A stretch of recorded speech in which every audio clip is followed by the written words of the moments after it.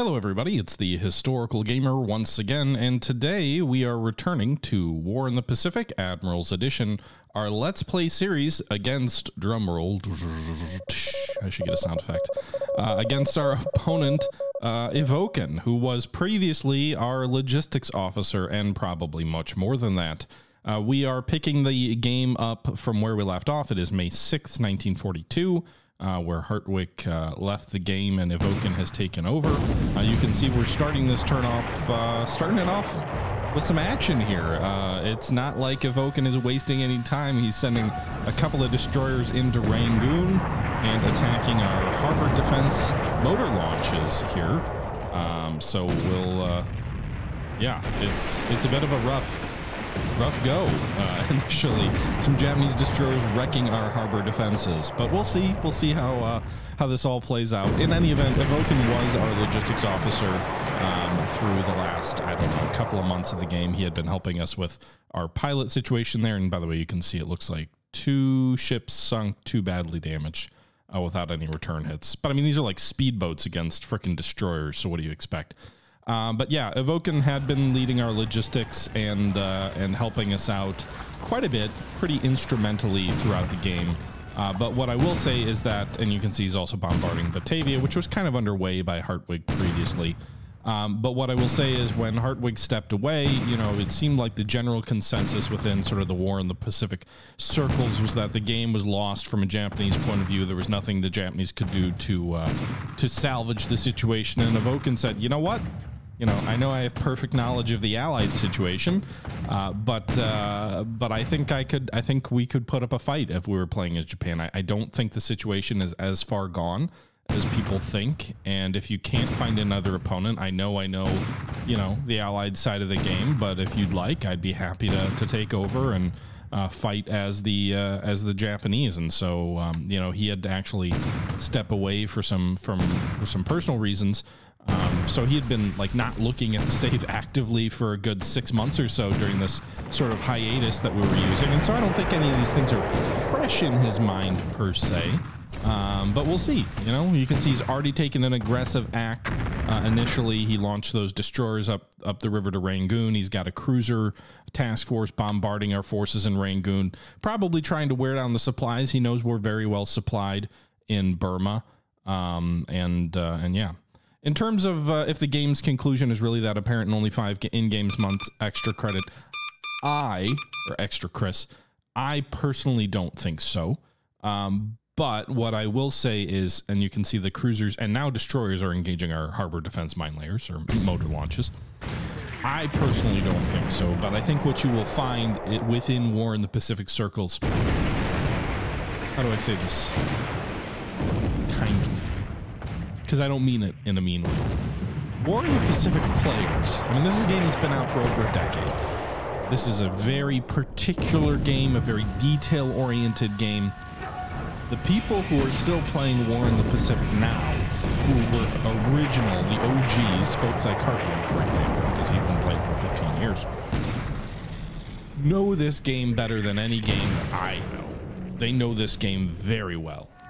And so there are particular things that a Japanese player needs to do in order to continue putting up a good fight in 43 and 44. I don't think anything Japan has done or not done will prevent them from putting up a good fight for a while and making for an interesting series. But a lot of the Japanese fanboys, and they'll call themselves this in the forums, their signatures will say Japanese fanboy. A lot of the Japanese fanboys know, like, the current situation basically means with a competent Allied opponent, game over, I'm going to lose, if not exactly along the historical line, then somewhat not that dissimilar. And there are a lot of players who don't find that interesting. By the way, you can see he wiped out our harbor defense motor launches, so congratulations to him. So, you know, I think that's the challenge, is like folks know what you have to do to succeed in this game who have been playing this game for a long time. And the Japanese players to this point have not done that, and the time windows to do some of that have passed. And their ability to push things out much further than historical has possibly passed. You know, it's May of 62, Burma hasn't fallen yet. That's way behind Japanese timelines to do a really good War in the Pacific game. realistically at this stage, the situation in China, the situation in Burma, the situation in the South Pacific probably means Japan has no chance at an invasion of Australia, no chance at an invasion of India. They might take Burma still, possibly, maybe not. The Allies have a pretty strong force there.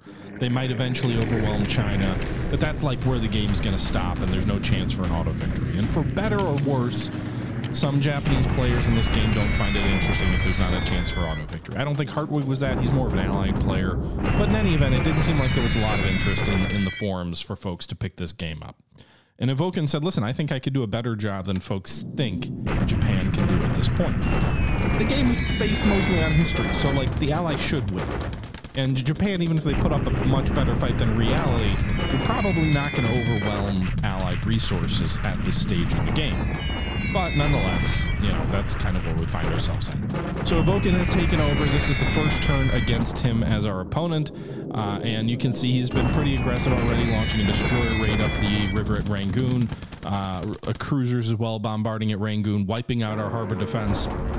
Didn't do a lot of damage to the port, didn't do a lot of damage to any supplies there, but at least he cleared out the shipping that we had there in some nighttime bombardments. So we'll have to see if we need to like do anything to maybe buff up our defenses there. We are still trying to sneak some small task forces in to try and bring some additional supplies into Rangoon. So we'll see how that all plays out.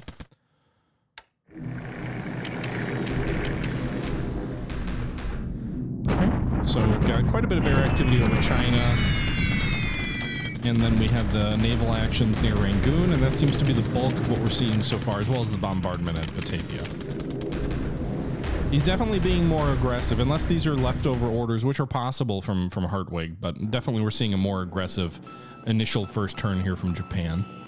I think we'll probably see a relatively slow initial start. I think it's going to take the Japanese a little bit of time, Evoken a little bit of time to rework logistics and other things to get things sort of the way that he wants them to be.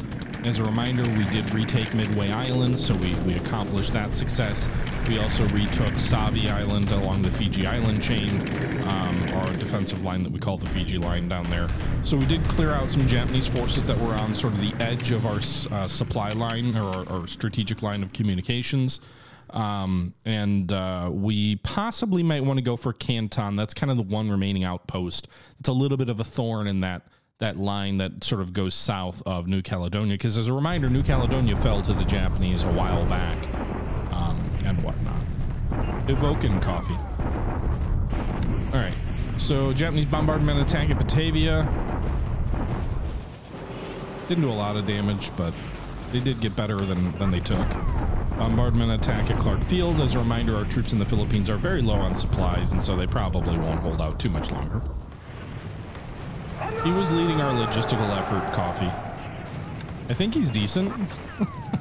We'll find out. I mean, one other thing that I think is sort of a factor, like, if I was an Allied fanboy who'd been playing this game for 15 years and was an expert in everything in this game, then I could understand Japanese players being like, I don't have a chance at this point. I am not a Japanese expert or Allied expert. I'm not an expert at all at this game. I've played it a little bit. Like, I understand some of the things that work, some of the things that don't, but like, I am not a grog of War in the Pacific. So I think that would give any kind of Japanese opponent a little bit of a better chance too, just because one, I'm not like a super min-maxy guy. I don't like to just maximize things and break systems just for the sake of like doing better. I like to try and do things quasi-historical.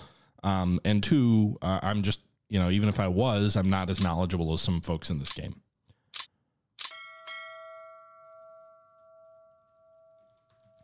So that was the turn. We didn't see a ton of stuff. The last time we spotted the Japanese fleet were we spotted carriers and whatnot in Singapore. This intel claims they're still there. There's over 200 ships in the port at Singapore. I don't know if that's true or not, but that's the last intel we saw of them. We know there were some cruisers that just hit Rangoon this last turn. It looks like they did pull back to Murguay. You can see here there's some APDs and some cruisers. It claims they're moving southeast, but they're also as far east as they can go right now because of this land. So maybe they're resupplying down here at Murguay. It does look like Rangoon itself didn't really suffer any damage, no port airfield system damage, anything like that. The troops themselves, I don't know if there's any, if we take a look here, is there any fatigue is incredibly low. I don't really see any disruption in any units except for one of these coastal defense units, which would make sense. They'd be the ones shooting at the enemy. It does look like 9 of the 6-inch coastal guns are disabled, which sucks. We did put a shell hit into one of the cruisers, but probably didn't do much damage. The aircraft they didn't touch. We didn't lose any aircraft damaged or anything like that. So the 15 aircraft we have at Rangoon still in good shape. We did move most of our aircraft back to Calcutta just to get them out of sort of immediate harm's way, and we can kind of like surge them into Rangoon as needed. By the way, speaking of aircraft, look at this Marine squadron we got. 67 F4Fs. Oh boy. I think they're F4Fs. Yeah, F4F4s. Man, there's a lot of 4s and Fs. 67 aircraft training in Calcutta. Huge ass squadron. That being said, we don't have enough aircraft to fill it out. The squadron can actually grow to 102 Marines. It's currently sitting at 67. We could pull 10 F4F4s into the squadron to bring them up to size, but I probably don't want to do that because I do have some carrier air wing so that use the same aircraft. So if they lose aircraft, I want to make sure I've got some in stockpile. This is largely just a training unit right now. So you can see there's a fair number of really good pilots here, 70 plus. But then we've also got some more junior guys who are training and trying to get their experience up. It's kind of a squadron that hopefully will let us supercharge our training of Marine pilots. And we also have some Helldivers in Calcutta. And then we have some British aircraft, some Hurricanes, some additional... some Wellingtons, actually. We could do some night bombing with them, maybe at like Bangkok or something like that. Where do we move our other aircraft, though? So we've got the Hurricanes there. I can't remember if we withdrew our American fighter units yet. Nope, doesn't look like it.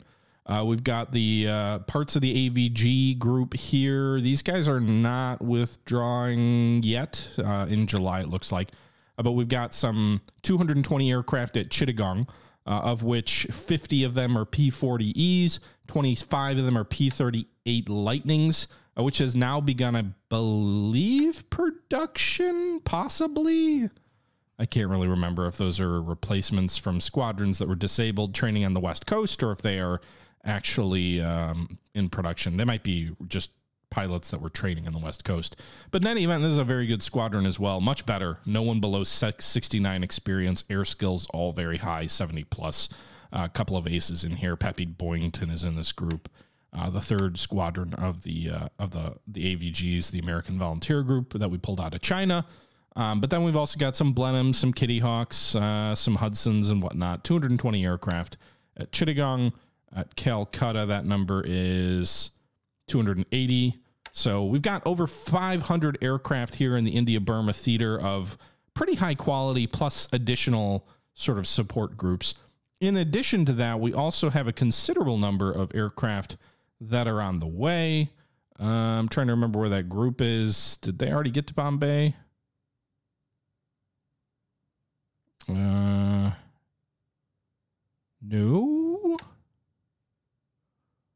Are they on their way to Bombay? Or did we already unload them here? No. Where are they? I don't know where they are, but they're around here somewhere.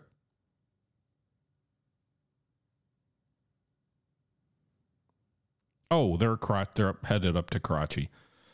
So we have quite a few aircraft. I'd lost track of exactly how many, but it's a lot of aircraft here in this group. You can see the 35th Pursuit Group, 22nd Bomber Group, 58th Pursuit Group, 35th Pursuit Group on that one. Some squadrons is the 41st. You can't see all the details, but I know we have like 300 additional aircraft that are on their way to India right now, as well as you can see the 53rd Separate Infantry Regiment, the 223rd Field Artillery Battalion, the 808th Aviation Brigade, the 1st U.S.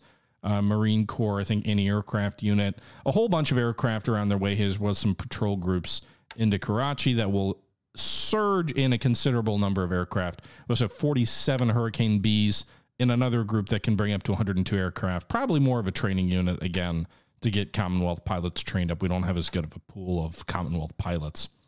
But in any event, you can see here we're about to get like hundreds of additional aircraft into Karachi. Now, some of that's going to be needed to offset the aircraft in Calcutta that are going to have to, or not Calcutta, in Chittagong that are going to have to withdraw.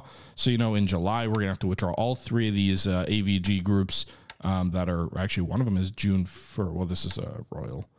But you can see there's a lot of aircraft here. The AVGs are July 4th, Independence Day of 1942. So about 2 months away, they'll have to withdraw. And there are some additional Commonwealth elements that'll have to withdraw as well. So those 200 plus aircraft are going to be offset by aircraft lost in the theater. Still, we are surging forward quite a few troops to the area. Going along with that, you know, you've already got this group here with the Army Regiment that's going to be arriving in Karachi here, the 53rd Infantry Regiment. But in addition to a couple of thousand troops that are going in there right now, we also have further troops that are on the way. Let's take a look here. They're not quite as close, but we do have a bunch of troops that are about to arrive in Cape Town. So if you can take a look here, 32,000, 25,000, 17,000, 4,500. All told, it's like 80 some odd thousand troops. Some of these guys are in the 40th Infantry Division. We have some support units, some coastal anti-aircraft units. You can see here in this convoy. We also have the 27, well, not in this convoy, but this convoy, field artillery, tank battalion, construction battalions, anti-aircraft battalions here, another 25,000 troops. In the 123rd Task Force, we've got the 27th Infantry Division. They'll be arriving at Cape Town in 7 days. All of these troops will be arriving at Cape Town over the next 7 to 25 days, and then they're a couple of weeks away from either India or Australia, depending on how we actually move these guys, where we actually move these guys. But that's like 80,000 reinforcements ready-made to go wherever we need them to go. That's also in addition to the fact, and this is kind of, I think, why a lot of Japanese players think it's sort of a point of no return. We counterattacked and retook Mole Mine from the Japanese. We wrecked a good portion of the Japanese artillery in Burma, although I don't think they deployed anywhere near most of the forces that they had taken to Singapore with. And we have four full-size infantry divisions in Mole Mine, including the 7th Australian, which are kind of expert troops. Their experience level is just shy of 60. They're sort of from the North African theater. So these guys are really good. The 18th British, less so, 47 experience. And then the Indian units aren't fully equipped, I don't think. The Burma division is not great. Although 42, I mean, like, they're all in the 40 plus range. 17th Indians, 52. And then we've got the 7th Armored Brigade, which is a crack armored unit from North Africa, 70 experience. These guys are just goddamn good, and 104 Stuart light tanks, which don't seem great in European standards, but against what the Japanese have to throw it against us, those are goddamn good tanks with tremendous experience levels. And they're all very highly prepped for Mole Mines, so ready to fight there if the Japanese counterattack. In addition to all of that, we also have additional troops in Rangoon. So in addition to those 4 divisions we have in place at Mole Mine, we've got the 23rd British Infantry Brigade here, which is another crack unit, 80 experience, 99 morale. They're a little bit lightly armed. They don't have a lot of artillery or other things like that, but very good infantry squads there. We also have the 254th Armored Brigade here, which we probably should change to headquarters, but another 30 Stuart light tanks, although their experience level's shit. We've got the 22nd New Chinese Division here, so just a lot of Chinese troops that we have been redeploying into Burma. So we've got the 88th Chinese Division, the 2nd Reserve Division. These are all elements of the 5th Chinese Corps. 3 of these divisions are already in Rangoon, 3 more are on the way, and when they do all arrive, we will have a unit of better than 460 assault value of the Chinese 5th Corps. And if we were to merge them all, we would form a pretty damn potent corps. Also, these guys, they also have the ability to grow. Like, there's 120 squads ready, right? But if we go to TOE, they can more than double their size. And one of the big advantages of having these guys in Burma is because we actually have sufficient supplies in Burma right now.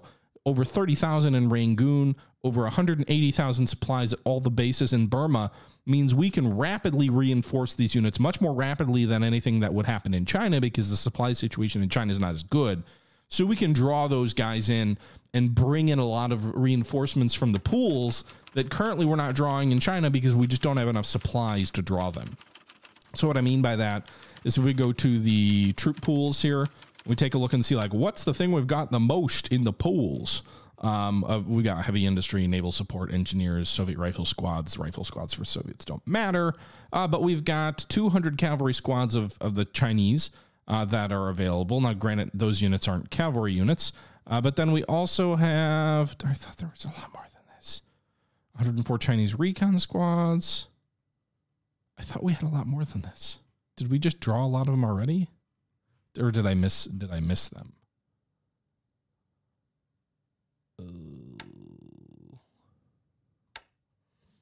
Chinese, I must have missed them. Rifle squads. We only have 23 Chinese rifle squads available to us. Well, that's because we already pulled 1,700 reinforcements out of the pools.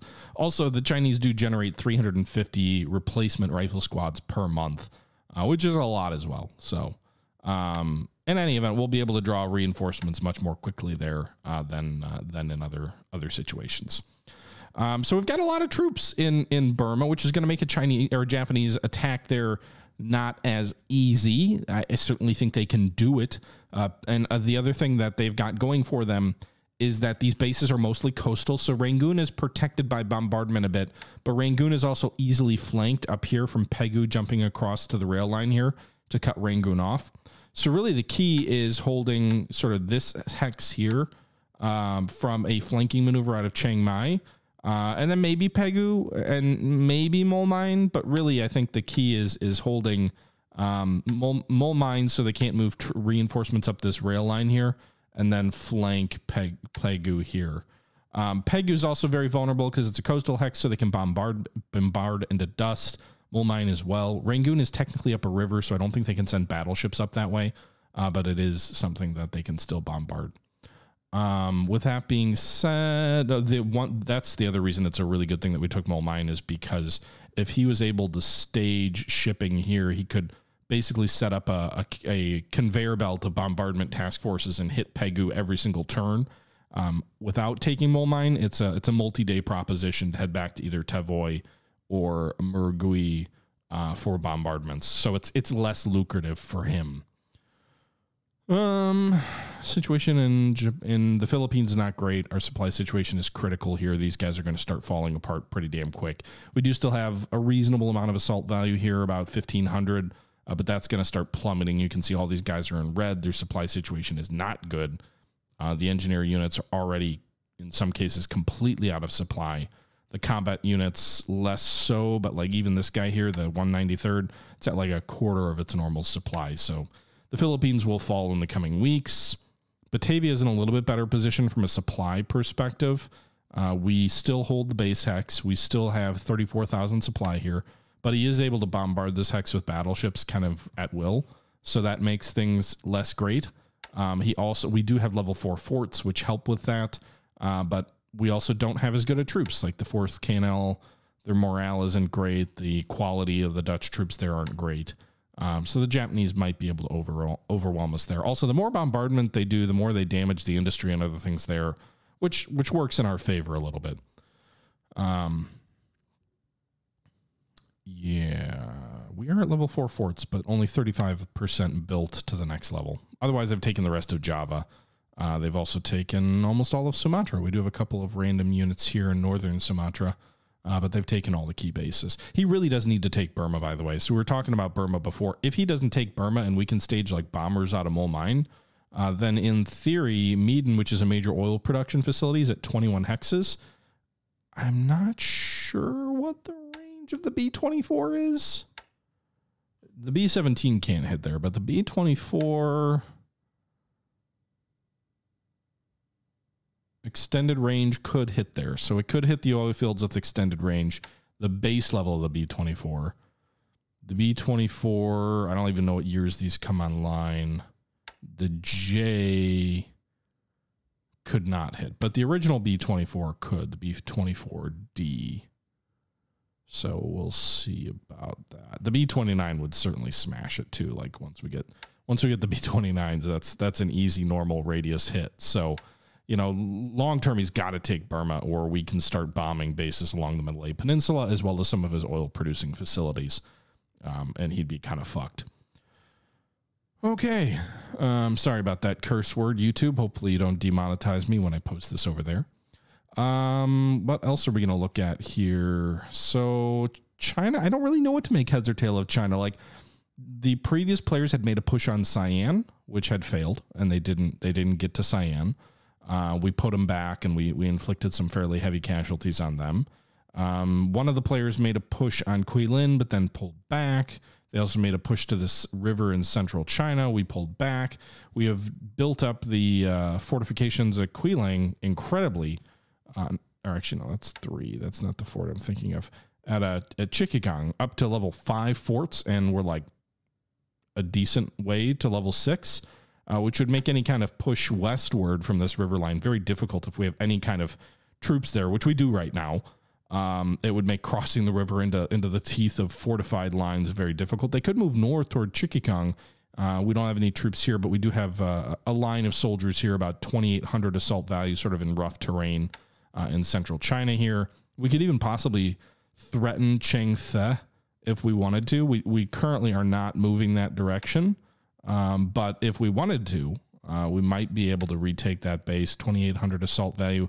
He does have 9 units there. I don't know what he has there. If they're divisions, then we probably can't retake it. If they're not, then maybe we could. But the idea was like, all right, let's set our troops up here in good defensive terrain on the opposite side of the river so that we can kind of bleed him if he tries to push into central China through some rough terrain.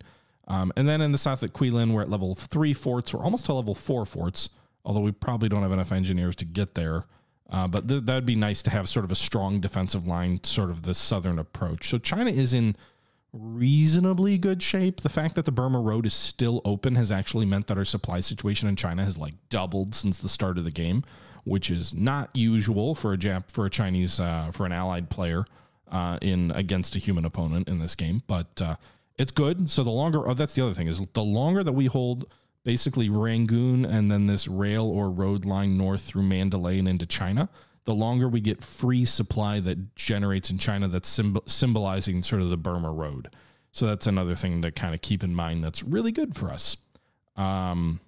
Yes. You're probably wondering where the aircraft carriers are. They're actually in India. So I already mentioned we've got 80,000 American troops on the way to the Indo-Burmese theater. So apparently FDR has gotten away from being worried about fighting for the British Empire. We also have our carriers out here. So we've got the Lexington and the Enterprise in the task force with the British carrier Formidable. And then we've also got the Saratoga and Yorktown in a task force with the Indomitable. One of these is commanded by Captain Shook, and the other one's commanded by Buckmaster. We had Spruance and Halsey in here at one point, but we disabled some of these task forces. We're doing some upgrades. We've got a heavy cruiser in the port of Bombay that's currently upgrading. The Minneapolis just got its refit, if you will, so it's doing that. And then we also have a nice blast from the past here on the way to join those guys. We got another British carrier in the Illustrious, but then we also have the British battlecruiser Repulse, which is completely repaired and ready for action. She is in the process of transiting back into the theater. She has been completely repaired from her damage at the Battle of Mersing and is looking for a fight, and is a nice fast battlecruiser to go along with our carriers. If you're wondering where the Prince of Wales is, because she was not sunk at the start of the war, she was badly damaged. She is currently she was sitting in the dry docks of Cape Town for quite some time. We're going to transfer her to England because it was going to take like another year for her to repair at Cape Town, hoping that we can get her to England more quickly and then repair more quickly there. But she's in the process of getting ready for that voyage. Cruise speed maxes out still at 1 hex per phase of a day, so that's not great. She's going to take a good long while to get there. But my hope is I can get the systems damage down to 3 in the next, or down to 0 in the next 3 days, and maybe we'll see that cruise speed bump up to 2 hexes, if you will. Yeah, the Battle of Mersing, where we could drown a regiment of Japanese troops off the coast of Singapore that were trying to flank our position there. Hello. What else are we doing here? We do have one American division on Australia. In Sydney, we've got the Americal division is still just kind of sitting out there. Americal out there. And I think we have an Australian Desert Rat division in Australia as well, reinforcing the position there, although I can't remember where exactly we put it. But we did have 2 crack divisions that came from North Africa. One we put in Burma. I think the other is somewhere in Australia. Not entirely sure where. It's not the 4th, right? No, those guys are not. I could find them, but it doesn't matter right now. We do probably want to plan some kind of offensive to isolate New Caledonia. It is a longer strategic line of communications, But fighting up that island would be very bloody and costly. It's a tempting idea, though, because it's so far from Japanese supply lines that it would be very difficult for the Japanese to try and maintain a fight there without considerable attrition. Also, between Australia and then our forces on the Fiji line, it's kind of a narrow front to try and sneak supplies down. Like, they do have the Ellis Islands over here to the right, but if we take Canton, like, it's not that far to try and poke in and get at any Japanese shipping that might be heading down to New Caledonia. So it's a tempting idea to fight like a war of attrition or a campaign of attrition, like something like Guadalcanal down here. But it might actually be better just to kind of hit Espiritu Santos and then let New Caledonia die on the vine, or some of these islands up here, which are probably unoccupied. Certainly something to consider.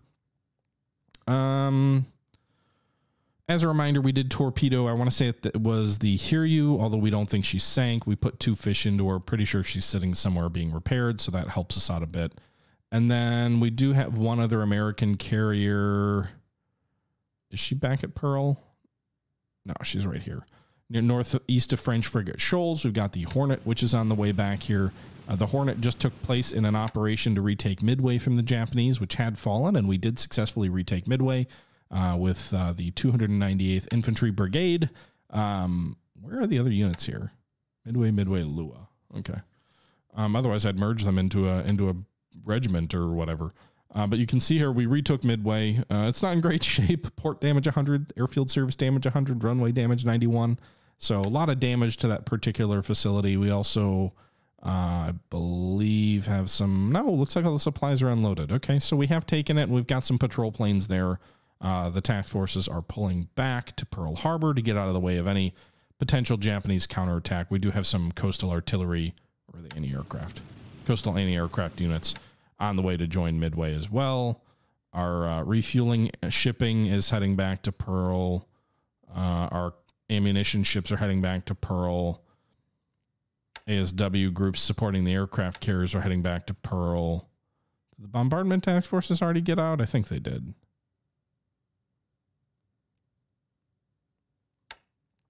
Yeah, you can see here Mark Mitcher, by the way, was commanding this group. But we've got a whole bunch of battleships, including the British battleship, the Warspite.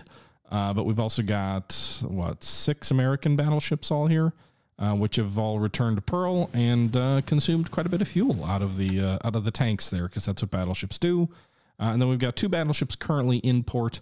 The California, which has got about another year to repair. And then we've got the Tennessee, which is working on getting to a point where maybe we can move her back to the American West Coast for repairs. We haven't lost any capital ships sunk yet in this game, so it's been a little while since we've shown an episode here.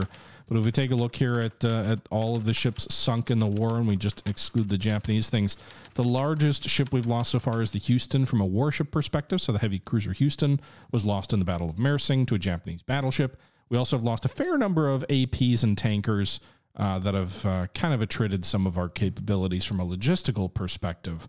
We're not really ready to launch any large-scale counterattack. But if you compare that with what the Japanese have lost, we know that they lost the Haruna. We saw that sink, so they lost that battleship. And it looks like the carrier was pulled out of here. So it looks like they've just lost the battleship Haruna. And then we also know that they've lost a couple of AMCs, a couple of light cruisers. We had a couple of bombing raids and other things like that. And some isolated islands, which I think we sank, like the Tenru with a 1,000-pound general purpose bomb from a Dauntless, as well as the AV Kimoy at Tarawa. And then we also sank an AMC with a torpedo at Midway Island. We sank some shipping at Belip, and then also at Midway Island as well, whatnot. I believe the hexes are 40 miles by 40 miles CP, so it's a pretty freaking huge map for the Pacific Ocean. But yeah, guys, that's the situation we find ourselves in as the game is resuming. It's a little bit early to do anything else. Also, the Japanese score is, they've got a pretty decent lead. They're about a 5,000 victory point lead. They have to have double our victory points by the end of the year in order to win, which, with an auto victory, which I guess might be possible. I don't know how much. Yeah, we'd lose like 2,000, a trade of like 2,000 if we lose Rangoon. So that would bring it like to not quite double. They'd need to get about another 5,000 somewhere else. They're not going to get it from any of these other smaller bases. But if they like took China and Burma by the end of this year, maybe. a lot of it depends on casualties and ships sunk and other things like that too, which are hard to factor in because you get victory points for like aircraft, and every single engine aircraft I want to say is worth 1 victory point, and then like each engine on an aircraft make it worth 1 victory point. I want to say like each 6 squads for the Japanese are a victory point, like destroyed. So there's a lot that goes into it.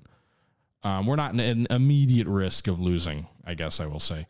But I will say that, is it Comac? No. Nomaya? Like that's a pretty big advantage from that. It's like almost a 400 or 330 victory point swing for the fact that they took that. So, you know, that helps them out a lot. Also, Esprit de Santos is 550 points. So like they took a fair chunk of victory points here in the South Pacific. But we've still got 7 months left in the year too, to kind of figure out what we're gonna do and maybe where we're gonna counterattack. With that being said, I think that's going to do it for today's episode. I don't have a lot else to show. I still need to figure out like what we're going to do and how we're going to respond to the new Japanese player and, you know, whatever. But yeah, we're back with War in the Pacific, Admirals Edition. I'm going to try and make this a pretty regular event on the channel. I'm not sure how regular. We'll see. But that's where we're going to wrap it up here tonight. I hope you guys enjoyed our return to this long-running series on this channel with our new opponent, Evoken. And until next time, this is the Historical Gamer saying thank you very much for watching, and I'm out. Bye-bye now.